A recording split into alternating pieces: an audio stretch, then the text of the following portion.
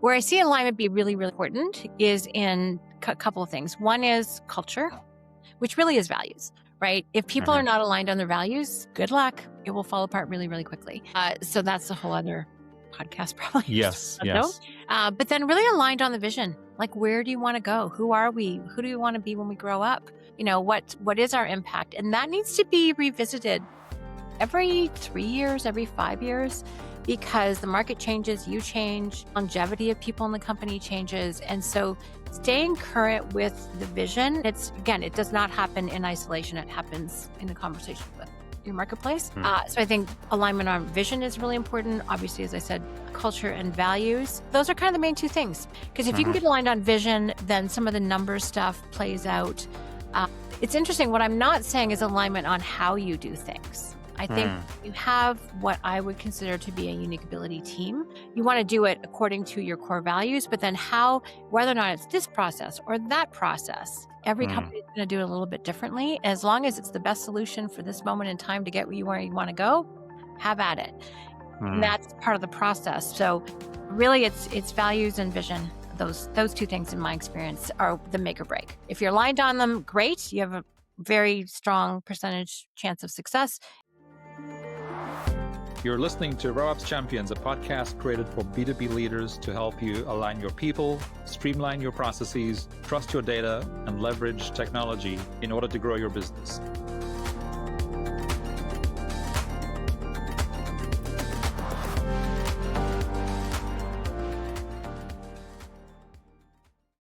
Welcome back to the RevOps Champions podcast. Today, my guest is Shannon Waller, an expert on entrepreneurial teamwork. Shannon has honed her unique expertise as strategic coach since 1991. She's the creator of the Entrepreneurial Team Program, a trusted coach, speaker, author, and podcast host known for helping entrepreneurs build aligned, high-performing teams, which is why I wanted to have her on the show. Shannon is the author of the Team Success Handbook and Multiplication by Subtraction, and co-author of Superpowered and the best-selling book, Unique Ability 2.0 Discovery. She hosts the Team Success podcast and co-hosts Inside Strategic Coach with Dan Sullivan. As a Kolbe certified consultant and recipient of the Kolbe Professional Award, Shannon brings deep insight into how teams grow, adapt, and succeed. Shannon, thank you for joining me. Thank you, Brendan. Thrilled to be here. Shannon, what originally drew you into working so deeply with entrepreneurial teams? That's so interesting. I have always been passionate about people in business. And since I was 18, so when I went to school, I studied every kind of industrial psych, business sociology, all of the things. And I grew up in sort of a personal development family, 70s, the whole, discovering yourself kind of deal. But to my mind, business was fascinating. And I think and when I met Dan Sullivan, co-founder of Strategic Coach, it really made sense because in an entrepreneurial world, there is no mediation between you and the world. You get feedback on the 15th and the 30th of every month as to whether or not what you're doing is creating any value in the world. So it is the best learning place, school, whatever you want to call it. School's not my favorite word, but learning environment to develop yourself both professionally and personally. So I've always found it interesting, always found business people interesting, but it's people in business that I find fascinating. So I love it. It means I have been pursuing my passion and finding this fascinating and motivating for 42 years. That's a long time. And I started off my career actually working with a smaller company, but whose main clients were, actually it was General Motors of Canada. Next to the government, the largest bureaucracy. So that was my experience with large institutions. And then Dan and Babs, co-founders of Coach, used to rent seminar room space from this little company. And they work with the total opposite, which was entrepreneurs. And I noticed immediately just how different they were. They'd be like coming into our workshop space and talking. And then they're like, "Hi, I'm Bob. What's your name?" And I'm like, "You didn't know each other already?" Like they're so gregarious and so out there and so, I don't know, just alive. I'm like, "Ooh, that's interesting." So when they approached a friend of mine and then me to come and work with them, it was an easy yes to switch gears. So that was 1991, long time ago. Yeah, which and that topic on its own, the differences between what attracts people to entrepreneurial businesses and what attracts people to more sort of bureaucratic corporation type businesses is really interesting. And I know you've done a lot of work in that space. One quick thought on that. When I left university, I think I sent out 7 resumes. Most people send out hundreds Hmm. because there were so few people. I was a little naive. There were so few places that I wanted to work, and I knew I needed to end up somewhere where I knew that what I did made a difference. I can't be a cog in a machine. I had to know that what I did either impacted something positively or not. Like, Hmm. I need that feedback. And so that's really why I ended up, I think, in both companies I've ever worked with, both entrepreneurial and both started off smaller. Coach is no longer small. Yes, yeah, yeah, absolutely. Well, so you're celebrating 35 years this year with Coach. That is I unbelievable, right? I know. I mean, who does that anymore? Yeah. Well, but also just, I mean, if I think about all the entrepreneurial businesses that you've had an impact on and have been able to, have worked with, I mean, your insights and learnings must be second to maybe only one other person. Well, But thank yeah, you. I yeah, mean, I hope that's true. At the same time, I'm always aware of how much more there is to learn, and I don't mean that from a being in the gap standpoint, but sure. it is something where I do know a lot, and I can provide insight, hopefully, into a lot of things. And then there's also other things I'm like, I need to learn more about this. Like right now, I'm exploring different decision making models and conflict resolution. I'm like, I need to know more about those things. Right. So I know a lot about unique ability, teamwork, leadership. That's current journey I'm on. So Hmm. there are always new things to explore and get deeper wisdom and experience with for sure. Right. So, Shannon, before we sort of, I want to talk a little bit more about the teamwork piece because Mhm, I do believe that that is as do you. I know is such a foundational piece of businesses being able to scale successfully. mhm. But before we go there, though, like as I mean, you've seen so many companies go through these incredible growth phases. Where do you most often see alignment in those companies break down that is holding them back from growing and scaling? Interesting. Well, alignment. Couple different ways to answer that question. Where I see alignment be really, really important is in a couple of things. One is culture, which really is values, right? If people are Hmm. not aligned on their values, good luck. It will fall apart really, really quickly. So that's a whole other podcast, probably. Yes, No, yes. but then really aligned on the vision. Like, where do you want to go? Who are we? Who do we want to be when we grow up? What is our impact? And that needs to be revisited every 3 years, every 5 years, because the market changes, you change, longevity of people in the company changes. And so staying current with the vision, it does not happen in isolation. It happens in a conversation with your marketplace. Mm. So I think alignment on vision is really important. Obviously, as I said, culture and values. Well, yeah, those are kind of the main two things, actually. Because if you can Hmm. get aligned on vision, then some of the numbers stuff plays out. It's interesting. What I'm not saying is alignment on how you do things. I think Mm. when you have what I would consider to be a unique ability team, you want to do it according to your core values, but then whether or not it's this process or that process, every Mm. company is going to do it a little bit differently. As long as it's the best solution for this moment in time to get where you want to go, have at it. And Mm. that's part of the process. So really it's values and vision. Those two things in my experience are the make or break. If you're aligned on them, great. You have a very strong percentage chance of success. And if Mm. you are not, it will break. Promise. Yeah, and that makes total sense because if you if you can align those two, values and vision, to your point, you keep communicating that over and over again. Essentially, what you're impacting is mindset, right? So, Exactly. and we hear and we talk a lot about the importance of mindset in entrepreneurial businesses. And again, how they differ from more sort of bureaucratic larger companies. How do you help leaders and teams take the first steps towards moving into the right mindset? That's a real lots of ways. Often by helping them realize that they do have a mindset, right?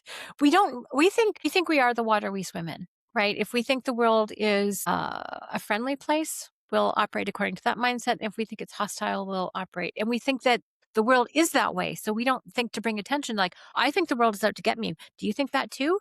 No one says that. They Hmm. just act that way. And you're like, dude, what's going on? Yeah, Right. right. And so we're fishing, that's our water. So pointing it out to people, and this is one of the things that strategic coach is so brilliant at, Dan Sullivan is so brilliant at, I endeavor to be good at, is pointing out people's mindsets to them. So it's interesting when I wrote the Team Success Handbook, it was really putting into book form an exercise I've been coaching called the entrepreneurial attitude. Well, attitude Mm. is mindset. Because I was coaching people in the team programs and some of it was sinking in about this much. And I'm like, this is too much. This is hard. What's going Yeah. on? Then Yeah. I realized some people were receptive, like it was fertile soil, and other people were like, yeah, no, not interested. And so then I had to call out, how are you thinking about this? And make Mm. that distinction between in an entrepreneurial environment, you need to be focused on creating value. You need to have patience and compassion. You need to not give up, you know. And I Mm. like it because when you can actually present those set of mindsets to people, they'll either go, great, I'm going to score 4 or 5, or they're like, yeah, no, this is not how my world works. And Mm. they will I'm not going to say they fire themselves, but I do know people who slide the book across the interview table. Kelly Knight, integrator of EOS worldwide, she's like, she gives them the book, Mhm. digital format or whatever, and goes through the exercise and go, this is what we want from you. If this is not who you are, do not join EOS worldwide. Mhm. So it's when you point it out to people, but you have to delineate it. You have to put it into language. And one of the best ways, Dan's figured out to do this is you figure out your best case with your best examples of a client or team member, whomever, and your worst. And then you identify what are the mindsets of my best people. And then the worst people should be the counter to that. And that Mhm. gives you your scale. Mhm. And then with every new person you add in up to maybe 8 mindsets. And Mhm. that's actually what gives you your set of them. There's actually 12 entrepreneurial attitudes. I didn't follow Mhm. 8 rule, and then you point it out to people and they're like, oh yeah, I do think this, or I don't think that. It's very clarifying. So that's how I do it. We put it into language and we give people a scale and they can grade themselves. And it's funny, Brendan, because people are weirdly honest. Like there's Mhm. one version where there are 4 different columns, and the column 2 is like not very positive, but people will answer it. Yep, this is the way the world is. Because Mhm. you've actually spoken it in their words to them, and they'll go, "Yep, that's me." And you're like, "Oh Lord, that's not who we want." But okay, Mhm. people don't game it as much as you might expect. When you can really put language to people's experience and thinking, really is what this is. They will answer honestly. Right. Yeah. Yeah. Which again, it seems so simple, but it is something that so many companies struggle with. Is I know, and you again, I'm preaching to the choir here, but because you've heard this thousands of times over the last couple of decades of entrepreneurs in your coaching rooms sharing examples of how they hired people and it didn't work out, Yeah. right? Yep. And in fact, I think we talked about this last week. Uh-huh. How one of the reasons for that, and I thought this was a really good perspective of yours, which was because because as entrepreneurs we're also really selling, and we end up selling this amazing future with our company. Uh-huh. And when the person that you're interviewing for a potential position says, "Oh, that sounds great," you go, "Oh, well, come on," without actually verifying and validating that they can do all these things that they need to do to be successful, right? Exactly. We were talking about hiring and why we should not be in the initial or second or maybe even third interview. At the Exactly. very end, after they've jumped through all the hoops, then maybe because we're just too darn good. And I have actually been kicked out of first interviews very strategically. It was a good thing that they did that. And Yes. here's the interesting thing. We assume like we get entrepreneurship. We get why it's so fabulous. It is incredible. It is the best place to learn and to grow and to take on responsibilities and all the things that we find valuable. But other Mhm. people don't necessarily have either that experience or that mindset. And so that assumption can cost us. And the biggest difference, and I think I've done a podcast about this on team success, but if not, I'll do another one. When Mhm. we hire people in from a bureaucratic or corporate, that's more likely we'll hire someone in from a corporate environment. The language of business is the same. The meaning is different. And so they come at it from a very top down, not marketplace bottom up or team bottom up way. And they will impose their structures. And sometimes for an entrepreneurial company that's growing, that extra structure looks really cool. They're like, oh, you're going to do something plan. You're going to lay out this. You're going to lay out this process. Oh, great. We could use one of those. Mhm. What you don't realize though is it's not coming from the right place. It's Yes. not coming from, we talk about a coach, understanding the goals, the dangers, the opportunities, and the strengths of your marketplace or your team for that matter. And Mhm. so it doesn't work. It doesn't land. We've hired now 4 people from the outside. Can I say that? From basically from corporate environments, 3 Mm-hmm. of them years ago, and that none of them lasted longer. Most of them didn't last a year. One lasted a year and a half. And then just one person we brought in. And I finally realized, oh my gosh, she's so corporate. And that's why it's not landing. And then she started converting a couple of people in the company to that way of thinking too. And then it got worse and worse. I was like, Mm. oh no. So yeah, please don't do that. It's better to take people and grow them, or just be super, super clear on your standards and again, your values, and be rigorous, be even a little ruthless if you have to be, because Yeah. one person can mess that up really, really, really big. So yeah, so really understanding the fact that corporate mindset is very different than entrepreneurial mindset. Mm. Again, but it sounds the same. So in an interview, someone's going through their resume, their CV, it sounds amazing. And you Yeah. could have this sophisticated conversation. They're coming from a different place. Now, if Right. they hated corporate and they can't wait to be more entrepreneurial, maybe you would continue to have the conversation. But if they loved it and they just want to bring that over to you, I would start getting a little Yeah. maybe keys. Yeah. Yeah. Again, you still want to validate that, right? And again, preferably have somebody else who's not just excited to hire the next person to Yeah. validate that. And don't get seduced because someone has more structure or more systems thinking or more of that top down. Mm-hmm. There's a balance. Entrepreneurial companies are usually not the most structured of life, and so that kind of is we can know that that's something that we're missing. Shorter follow through, to use a Colby term. Mm-hmm. But we can get a little seduced into thinking that, oh, this person's going to come in and do that. What you don't know is they'll make things rigid. They'll shut down your new ideas. They won't let those new things happen. It'll hold back certain other people's growth. And so you'll lose some of that dynamism that is so precious. Again, there's a balance. I'm not saying you don't Sure. need any structure, but just be aware. Just be really, really aware, and don't get suckered in. Right. And again, of course, it's not very seldom is it their fault, right? Because that's how they've been educated, and then of course in their corporate Yeah. careers. Yeah. So I know one of these differences is like in a more corporate environment, you're measured on time and effort, right? Yes. Whereas and that which comes directly back to where you started, which is your values and your mindset. Yeah. If you have a if you have entrepreneurial values and mindset in a company where people are there for to produce results, and then you bring someone from the outside who is convinced that it's not about results, it's about how much time and effort they put in, that is a big disconnect. Yeah. That's terrible.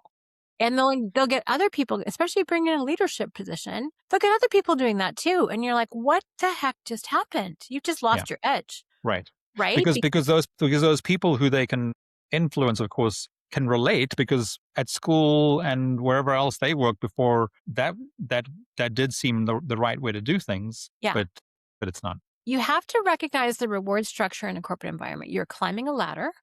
It is about looking good to your superiors. That's also true in a bureaucracy. Hmm. And no risk. It's really about mitigating and minimizing risk.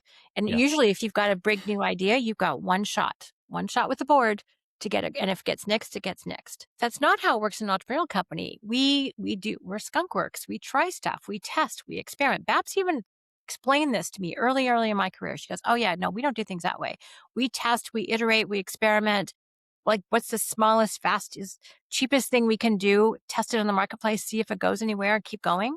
Hmm. We tested the team programs 30 years ago. She'd give me a name and I'd call them up and see if they wanted to send a team member to my program. That was fun. So that is the way of doing things. Again, it's about, do our clients love it?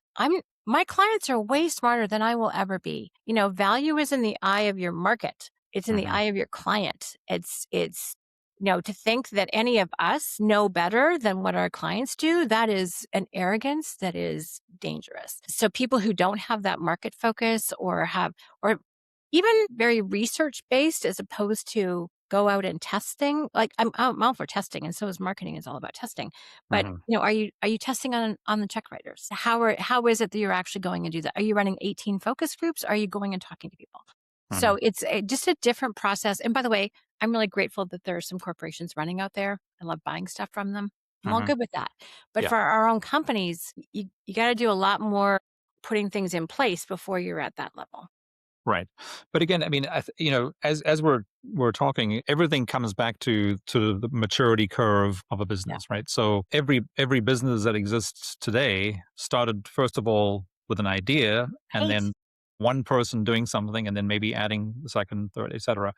And I think one of the reasons that strategic coach exists is to help leaders move through those phases, because again, as entrepreneurs, we get stuck doing things Yep. ourselves, and we Mhm. keep falling into that trap of, how do I do this and how do I do that, Yeah. which of course is why, the book Who Not How was Yes. written. She's over there somewhere.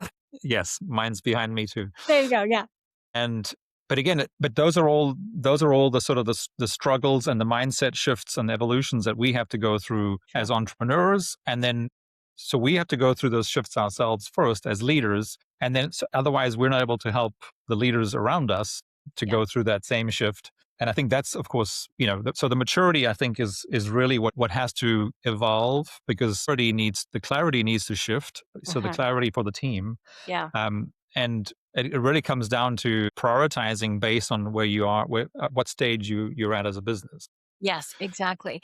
Then if there's one number one mindset that I think is important to focus on, and that is for yourself and for the people in the company, because as you're growing, some people will get you to, it's like mountaineering, Yeah. right? Some will get you to the stage one, stage two. Not everyone's going to summit with you. Hmm. Right. So the growth mindset is the most important. So growth versus fixed mindset, brilliant book Mindset by Carol Dweck, which people are probably familiar with. Hmm. When you have that growth mindset, it supports all the other ones, right? Because it's all about, okay, what can I grow? What can I shed? It was fun because actually in the workshop, I never do this, but I'm like, okay, in particular, Chinese astrology, it's a year where time to shed things before you embrace the new. What do you want Hmm. to let go of? Is there an old mindset, an old way of being, an old something that made you that bothered you? You're like, I'm just gonna get over it. Right. Like what is it? And that willingness to grow and to let go older versions of yourself. You Hmm. want that for you as the Hmm. owner, founder, leader. You also not want that for your team. And that's who's going to stick with you for 35 years. Hmm. And there's other people who stop, and that's okay too. Just recognize that and make sure that they have an off ramp that's good, Yeah. which is why I wrote multiplication by subtraction, which is a graceful way to exit wrong fit team members. And Hmm. some people who were right fit at the beginning aren't right fit anymore. Right. And that's okay. You can Sure. still love them. They're still good people. They just are not necessarily on this part of the journey with you. And maybe some of them will actually outgrow you. That's another Yes. possibility, or they're going a different direction. But I love talking about mindset. And I think if you want to boil it down to one, it would be growth. And Mm. that's why you're in coach. That's why I'm here. That's the number one thing to focus on. Growing with other people who have that same mindset is so much fun. It's such a joy. And that makes the journey completely worthwhile in my estimation. Yeah. Yeah. I did a post on LinkedIn where I actually credited you Oh, as one of the people who inspired it, which again was, we've sort of leaving behind the year of the snake, and yeah. shedding all the things that go with that, and moving into this year of the fire horse, which with all the energy and opportunity that Mm. comes with that, which if when you think about it, it's like a snake, or any creature that has to shed its skin to grow, Yeah. that they wouldn't be able to grow if they couldn't do that. No. And it's not easy. We get from rather attached to those things. Yes. They've been with us for a long time. So Right. it's not and they talk about Year of the Snake as being it's a hard year. It's not necessarily easy. Like Mm. full of my year had some incredibly busy, great, huge new wins and some incredible challenges. Mhm. Oh my goodness. Yeah, I'm happy it only happens once every 12 years. Yeah. Well, I mean, I don't know how many people we were in the room last week, but 44. 44. I think we all resonated, and we all felt the same way about 2025. It Exactly. was one of the best years in many ways, but also one of the hardest years. Definitely one of the hardest years. Me too. But again, this is how we learn, right? We reflect on Yes. what those hardships taught us, and how we can do things better going forward. Uh-huh. So, Shannon, so the growth mindset, let's just stick with that for a little bit. So how do you design systems that support growth without becoming burdensome? Oh, smiling a little bit, asking how I design systems because I'm a 2 and follow through in Colby. Oh, so You and me That together. might Yeah. be a strong word. Yes. I think of it as how do I design tools and concepts and I'll use the word structures. Let me put it this way. Um, and it actually goes back to a word that you just said. One of the ways people don't grow without reflecting. Otherwise, you're just repeating the same experience over and over again. Like you've met Hmm. people in a career for 20 years and they've had 1 year's experience. Repeat it Yes. 20 times. You're like, yeah, you didn't really learn anything, did you? And Hmm. other people are growing by leaps and bounds. And Cy Wakeman has a brilliant way of articulating this. So she wrote No Ego, reality-based rules for the workplace, a bunch of other things. Highly recommend. And I did a really fun podcast with her. Poor thing, I kept her on quite long. I'm like, what about this? What about that? She goes, I got to go. But I wanted to get all the value because she's so wise. But one of the things she talks about is you do not learn without reflecting. And coach is full of this, and we reflect back on your progress. We reflect back on what you learned. We never ever have people like wallow in the difficulties. That's not useful. But Hmm. what value can you extract from it? What have you learned about what you're going to do more of, what you're going to do less of? What can you do differently next time? And so what I do is, especially in my ongoing leadership program, team leader program, is people come back every quarter. And that is the system part. Hmm. Learning and change is not in a one-shot event. It's not in, out, nobody gets hurt. Hmm. It happens over time. And that's why the workshops that you're in are also quarterly. And then there's obviously check-ins in the quarter if you want, but the very minimum, you put your butt in a seat with other entrepreneurs or other, in my case, leaders, and reflect on your experience and then figure out how you want to move ahead. So the other way that I would say I contribute to this is helping people simplify their complexity. And I actually think this is what all people who create value do. Like something that is super complex for other people, you're like, I know the path through. And then if we're purchasing something, we want someone else who's going to simplify something for us that we find hard and we find Hmm. complex, right? So simplifying people's complexity. So I love doing that with anything to do with teamwork, anything to do with entrepreneurial leadership. Don't ask me about any other kind because I have no idea. Anything to do, I mean, I'm a profile junkie. Like I've collected so many tools and so many strategies to help people be more effective to move themselves and their businesses ahead. So I just bring them all to bear. So and the quarterly workshop structure is the one that gives me a focus, gives me a time to do that. And then when I'm working with teams individually, so I will work with companies as well. We call them on-sites, and these are coach clients. Hmm. So I will design a system where I'm working with them every quarter. I've got a new client in Dubai. Unfortunately, I'm not there. I'm doing it virtually. But Hmm. anyway, I've been to Dubai and Hmm. saw the same person, actually, the same entrepreneur Hmm. who's amazing. But I'm working with them every 2 months to kind of teach them the business tools that their entrepreneurs learning and coach so they can not only keep pace, but run along with and maybe even ahead of their entrepreneur. So Hmm. it's no longer, him just tossing crazy ideas over his shoulder and they're trying to catch them. So, but it's really setting up.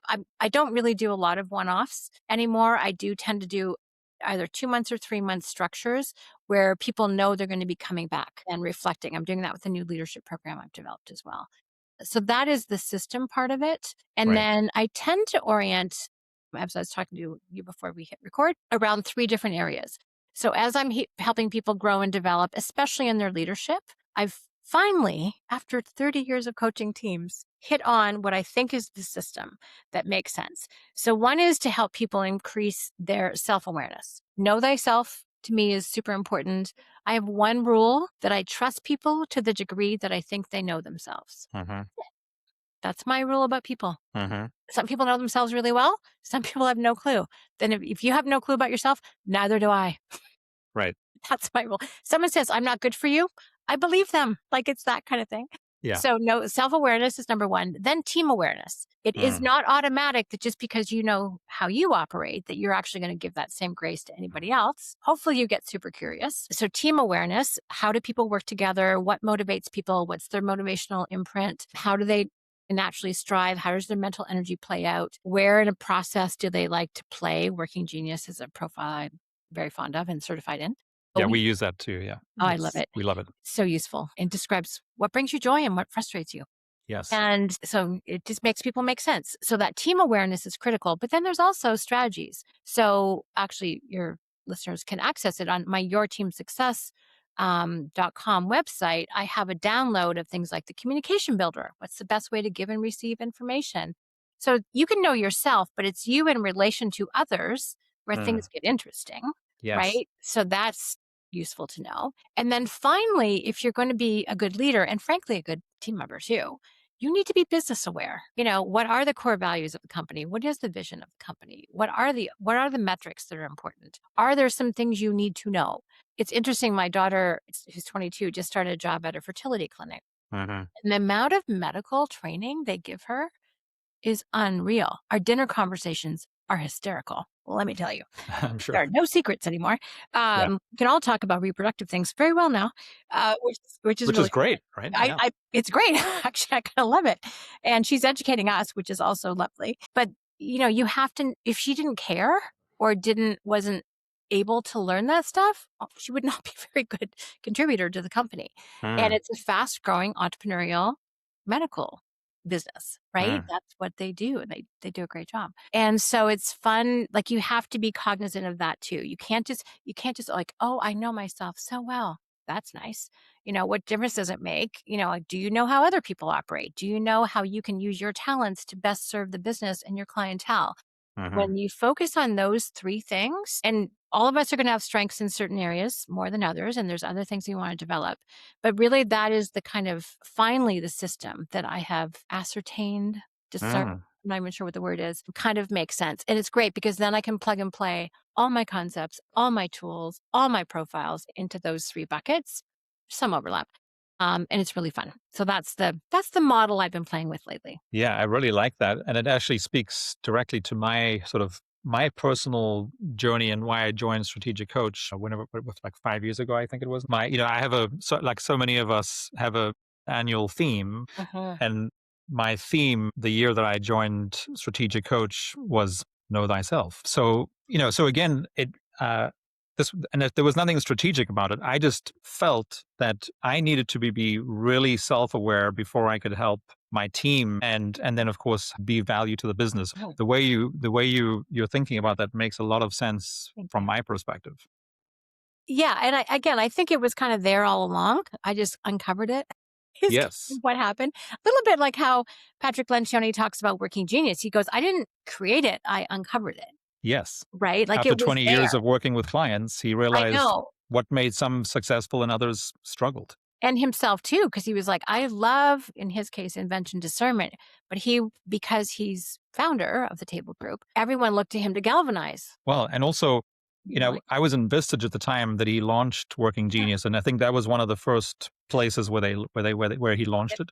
yeah. So I sort of had a front row seat, and I remember him doing this presentation to the entire Vistage community, and he shared how at Table Group they didn't have a W on their Mhm, leadership team, and so many of the, or at least so many of their clients were missing the W, which is my number one mhm. working genius. And if you don't, so if you don't have the genius of wonder on a team, on a leadership team, that with the goal where they're trying to grow, there's nobody sort of pushing and wondering what's next, right? Yes, very true.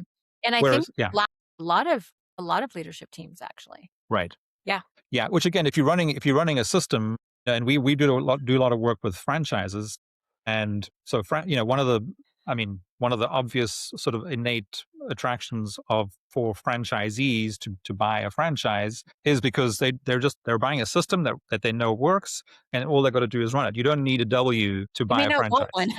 Yes. They might mess things up. Yeah. Right. But I'm guessing the people who created franchises in the first place, they probably had some W in there somewhere. It's interesting with that one because I thought Dan Sullivan for sure would have wonder. He does not. He's Hmm. invention discernment like I am. But I realized then and one Like of his, Lencioni too. yes, exactly.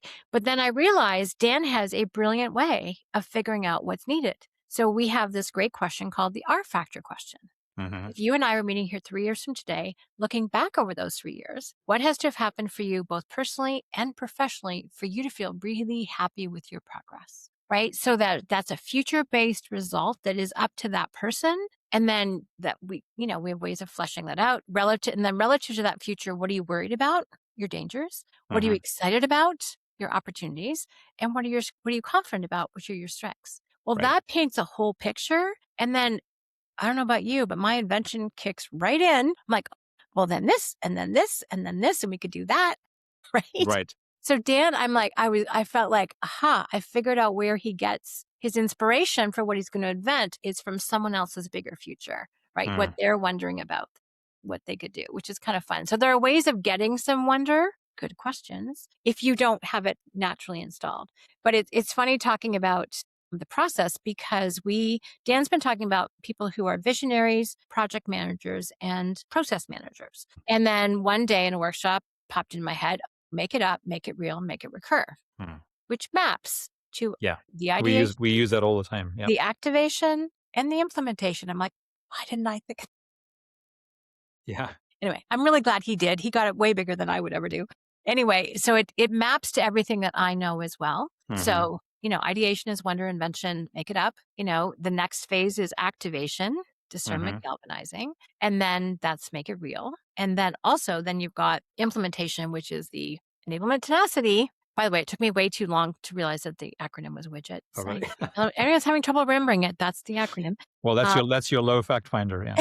Or must your be short my fact short finder. fact finder, very good. Yeah, and that to me is the make it recur. And it maps to my experience. He discerned it from his experience. It just makes sense, and it's the only teamwork tool. I sent my favorite profiles to my friend the other day, and there were 17 of them. And so I've done a lot of profiles. This is Hmm. the only one that actually is the teamwork one because it Yes. describes that every process requires every letter Yep. and you're going to have two that bring you joy, your genius, two of which you're competent, okay, feel okay about it, and Hmm. then two which frankly frustrate the you know what Yes. out of you. And so, Which of course aligns perfectly with how you think about unique ability too, right? yeah, it totally does. So anyway, it's fun when you have another tool from a completely different organization that is so aligned. To go Right. back to that word, it's been great. So yeah, so I Yeah. got had to get certified in that too. Yeah, yeah, absolutely. I'm looking. Yeah, again, we use it all the time. Also because it's just it's a faster sort of more what's the word I'm looking for?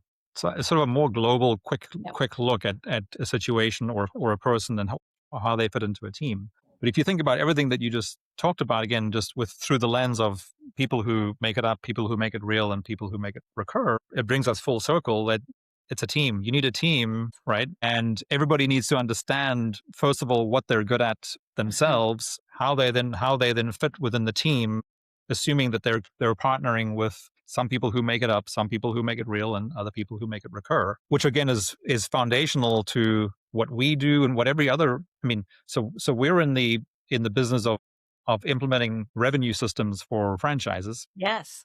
but the only way we can, which so a lot of people when they first hear about what we do, they think, oh, we do technology implementations. Mm. We cannot do technology implementations if the foundation of the people is not there first. So we talk about it's people, process, data, and technology Right. are the four pillars of revenue operations, which is what we Mm. do. But if the foundation of the people piece, which is leadership, clarity, vision, values, if that is not stable for us to be successful and for our client to be successful with whatever system we could build for them Right. is going to be really hard and to get for them to get the value from it. It's so interesting because people often want the systems to replace the people. Mm. Right? People look arbitrary, they look hard, it's challenging. There's Right. people issues, right? All the things. People are like, can't we just have a process that just does it? I'm sure, I mean, actually, with population numbers the way they're going, have to replace people with technology.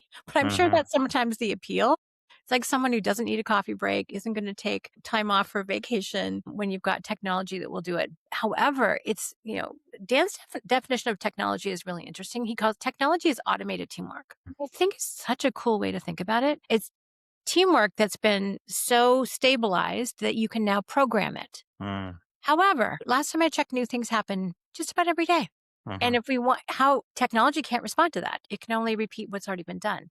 And so you need the people to create the new systems and the new structures and to make things recur, even though the system's broke, right?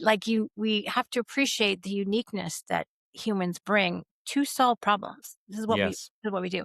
Dan and I Dan and his team, of which I'm a fairly important part, We create a book Very. every 90 days. He goes, you are not a computer. It was one of the books, right? Humans are not good information processors. Please leave that to machines, but we are storytellers and we are creative and we are problem solvers. And Uh-huh. so the people part is so vital. And when you have the right person in the right seat, to use an EOS term, if you were placed in doing an enablement tenacity role, Brennan, you'd be so unhappy. Yes. Same with me. Good point. Tenacity and wonder are my frustrations. Don't make me do that. Uh-huh. If you put me in a follow through role, I'm an excellent reader. My mom taught me to read when I was 3, and yet in libraries, I pass out. They're Uh-huh. exhausting. Uh-huh. Right. So, and I've got a good brain, so that's not the problem. But Yeah. it's just like, don't make me research. And so when you place people in the right place, they become self-managing. They don't Uh-huh. need as much hand holding. They don't need being told what to do every 5 minutes. They don't need all that many corrections. Your job, to go back to our beginning, is to give them a really powerful direction. Why are we here? And then Yes. you go, and you watch Right. them do some magic. So the people part has, as I talked about, been my passion forever. And I love when I can find other people who get it the same way. So this is a joy for me. I think a lot of those people problems can go away when you increase yourself and team awareness, because then you're like, oh, this person's just in the wrong seat. If I move them over here, they'll start to shine. Uh, We've had people, like, it's amazing, because Strategic Coach started before we did any of these profiles. I mean, we did do Colby pretty quickly, but yes. still, it's like people were placed willy-nilly. No wonder they were only partially successful. Right. And then you move them to align with their talents and skills with how they naturally strive and what they're motivated for. You watch, again, magic happen. Yeah. So yeah, the people part cannot be overlooked, and it doesn't have to be as hard. There are tools, there's profiles, there are ways of thinking about things that can really help. Right. But I guess, as you're sort of saying that they have to be put in place in a deliberate way, right? Yes. Yes. So that everybody realizes that they have access to these tools and why these tools are so helpful Mm. to the individual, to the team, and then to the company as a whole. Yeah, exactly. Which again, it comes back to but the company and the leadership has to be at a certain level of maturity to really be able to prioritize that. Yes, very much. There's another model, again, 3, in case this is helpful. One of the things I learned from Colby when I was first getting certified, 1995, was the 3 parts of the mind. So the cognitive, school, training, intelligence, all the things. And by the way, most education, we tend to override everything else with our brains. You're like, I can learn this. Yes, you can, but do you actually want to? Right? So there's a cognitive bias towards a lot of things. Mhm. So we've got our cognitive. We don't actually test for that. But you can tell pretty quickly, I hope. Mhm. I used to think Mhm. everyone was kind of the same. And then one time someone's personality was the right fit and how they took action was a right fit and they still weren't successful. I'm like, oh, maybe that other part is important. Mhm. I was in my 40s when I figured that out. Way too long. Anyway, so cognitive is important. Then you've got the affect, which is the feeling, the preferences. So most of the profiles that people are familiar with, Clifton Strengths, DISC, Myers-Briggs, Working Genius, Print, they're all in the heart realm. So you've Mhm. got, can you do it? Do you want to do it? Are you passionate about it? And Kathy Colby said, everything starts with motivation. If you're not motivated, nothing else matters.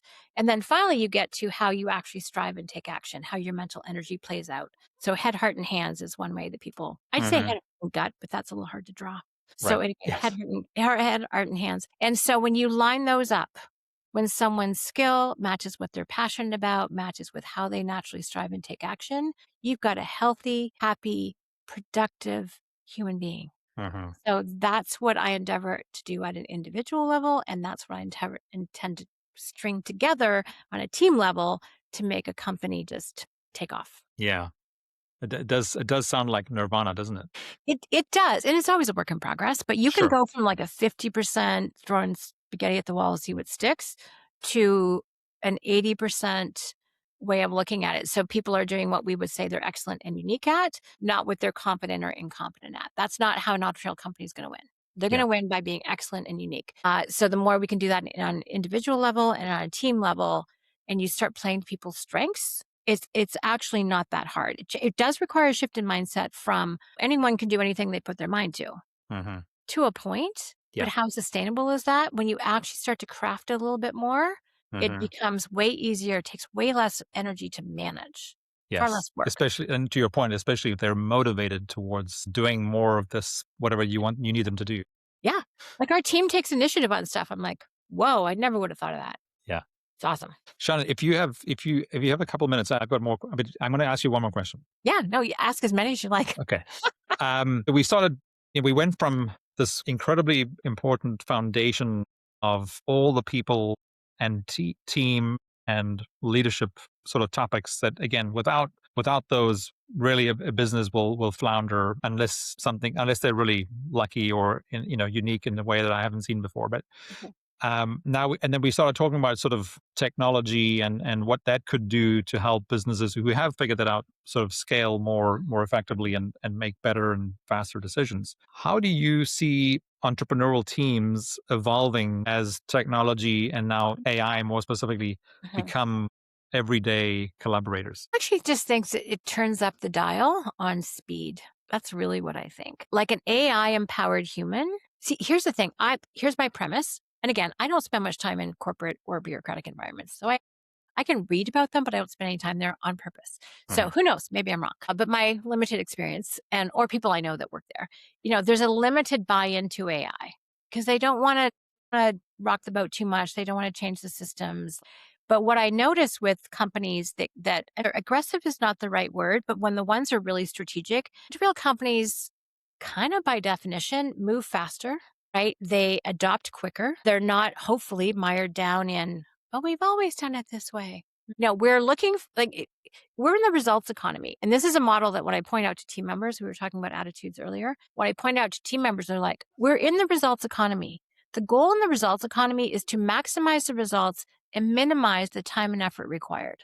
What does AI do? Minimizes the time required. I was doing research today, took seconds that otherwise I would have been 20 years ago opening an encyclopedia or Right. something, In right? which case you would just not do it. Pretty much. I do it for 5 minutes and then Yes. distracted Right. Yeah. by another more interesting article, not on Yes. topic. Yes, 100%. And so that's the results economy. Entrepreneurial companies are in the results economy. So we're not in, you were talking about the time and effort economy. Time and effort economy is, and I once as a cashier had to be part of a union and punched a time clock. It didn't matter how fast I was. All that mattered was I was there during my required hours and that I put in the effort, not the quality of the effort that mattered. People who'd been there way, way longer and were way, way slower got paid way more than I did. Didn't Mhm. matter. It's time and effort. So Yeah. I've So had it's my so it's essentially it's just a declining value model. Yeah. yeah. So that is not us. You can put it if you entrepreneurial companies know this. You've gone hard to get a big deal. You put in the time, you put in the effort, you've done the proposal, you've done the presentation, you've done the RFP and all the rest of it, and you don't get it. And it's interesting. This is a bit of the conflict between entrepreneurs and team members sometimes because the team's like, but we put in all the time and effort. And the entrepreneur's like, but we didn't get the result. They're both right. Mhm. And I tell team members, you get paid every 2 weeks. Like you have the stability and the security of a job. Mhm. Not a bad thing. Counterable paychecks are good. Mhm. Entrepreneurs don't have that. They've crossed the risk line and they're now in the results economy. They take their security out of opportunity. They would consider a job risky because Mhm. someone could decide they're not needed anymore. And Right. so, but I say to team members, even though you're paid every 2 weeks, you need to be looking to the results. If you take your eye off that ball, you probably don't have a job for much longer. Right. And so That's really good it's, advice. yeah. So we're all in the results economy. That means, and this is one of our standards, we want things faster, easier, bigger, and better. So how can you make your own work? How can you reduce the amount of time it takes you to do something? How can you speed things up? That can be through technology. That can be through teamwork, really good processes. Mm. How can you take out some steps that are redundant now? Right? Don't get married to anything. If there's a better way to do it, that'll free you up to do more fun stuff. And there needs Mhm. to be a confidence and an optimism that there is an even higher and better use of your brain and your Mhm. creativity and your intelligence. In an entrepreneurial company, that's true because it's growing, Yes. right? Yes. So team members have to know that they're in the results economy. And so AI is just like someone just gave you, I don't know about you, but I'm a kid in a candy store with stuff. Absolutely. Right? Yes. I'm like, "Ooh, what can I do with Perplexity? What can I do with chat? How many bots can I make?" All this done my writing bot. Yes. It's next I'm like, I haven't quite wrapped my head around agents yet, but that's the next thing. And I still love my humans, don't get me wrong. But Yes. it's like stuff that I find hard, which is a lot. I'm like, the future's looking brighter. Like I remember when I first got my iPhone. Yes. He's my husband, right? When I first got my iPhone, I'm like, "Oh my god, someone just made my life so much easier." I did more than Steve Jobs because I'm like, "He made such a difference to my life." Because Mhm. as a long quick start, short fact finder follow through, getting information and directions and all those things was painful. Now it's Yeah. easy. Now it's Yes. fast, That's right? actually yes. I mean, that's funny you mentioned the iPhone because there were in 2008, there were a couple of things that were going on. One was a global financial crisis. The other one was the fact that we now had iPhones and Facebook. Yeah. And that was the time. So because of the global financial crisis, we actually lost the real estate business that we had Yeah. started, Wow. which then led to the creation of Dynamico, which have I've been doing since then. But that the iPhone, Facebook, and of course the internet that was already moving pretty quickly was what created the this breakthrough opportunity for so many of us. But the one constant, of course, is that we need to continue to evolve. So as technology evolves, we need to evolve with it as businesses because our customers are going to evolve Yep. because they can use it, which means we need to evolve so that we can stay connected to our customers. Exactly. So that growth mindset is really important and being strategic because what you don't want to do is you don't want to commoditize yourself, right? So it means you are going to commoditize those things that, and your clients are too, right? So then you have to separate what can't they get from chat? What can't they get from a large language model, right? Yes. What can't they get from notebook LLM? And then what is the unique value that we can provide? And Dan has an interesting expression. He goes, I always keep a smart human between me and technology. Hmm. Although if I've seen the way he uses perplexity, he may change his stance on that a little bit Right. because he uses it a lot. Right. He treats it like a friend. It's a riot. It's very nice. Perplexity is really But kind. he's not the only one, I'm sure. Oh, I know. Yeah, especially when you name them, it's like, there's the person. Yes. But it's like our clients still want coaching. They s- almost, Dan said, coaching is to the 21st century what managing was to the 20th. And I think that is Absolutely. so spot on. So, Absolutely. where can you coach your clients? And then how can you be supported on delivering that value using every AI you can get your hands on? Yes. Right. So that's my look at it. And I do think it separates though. I do think it's an accelerator and the team members who have invested probably their own time, maybe their own money in learning AI and getting very capable with it will far outshine someone who's like, oh, I'm scared of it. I shouldn't make fun of them. Sorry. But it's like they're just timid. That gap is going to widen. And companies who are absorbing it and quickly and making use and figuring out what works, what doesn't, and iterating quickly, they are going to outshine other people. So I do think it's not have and have nots. That would be weird.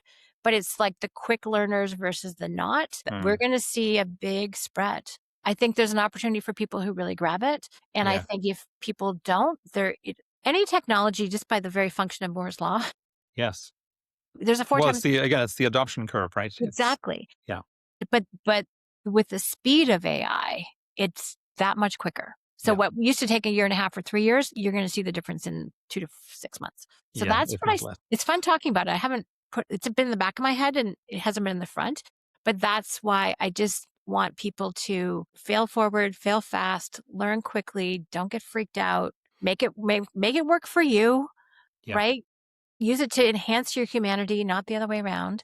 I think there's a ton of opportunity if people would simply see it. Yeah, just momentum, forward motion is what solves most things. So, Exactly. Shannon, to wrap up, what is one practical step leaders can take this week to strengthen alignment and momentum? Oh my gosh, alignment and momentum. Well, get clear on your vision for yourself. If you want to follow the Chinese astrology, when we're recording this, the year of the horse is imminent. So Yes, figure out what direction you're going in might be a good one. And then share that with your team. Don't keep it a secret. That would be one. And then know thyself. So if you haven't done your Colby profile, go do your Colby. And if you're like me, do the people around you. I profiled Bruce before I married him. that's funny. And we're going this summer's 30 years. So that was a good strategy. Wow. And so know thyself. And then probably a really simple, fun, like 5-minute tool would be the communication builder. It's a simple way to get teamwork alignment in how Hmm. you do things because people strive very differently. Some people are morning people or some people are not. We're actually quite different and we tend to assume other people are like us. So Yeah. the communication builder is pulls that from the unconscious or subconscious to the conscious level, and then you can compare notes. What do you need when you're tired? Is the best way for you to communicate like face to face, like we are? Hmm. Or is it, do you want it in writing? You know, are you a morning person or an evening person? And it's weird how those simple, subtle things actually make a massive impact on how you feel about someone working with them. Mm. And so realizing how you're similar and how you're different, 5 minutes. But we recommend that we do that at the beginning of any new hire that I work with. And Kathy Davis, whom you know, just started doing it with Katrina, who's doing some scheduling for her. And you're like, now I get it. So super Hmm. simple, 5 minutes. It will help your teamwork alignment, no question. Okay, we'll put a link to the communication boulder Yeah, it's in yourteamsuccess.com. Just download the little care package and off you go. awesome. Shannon, thank you so much. I know we could probably chat for another hour, but We could. this was incredibly valuable to me, and I'm sure to everybody listening. So thanks again. Thank you so much. Delightful conversation.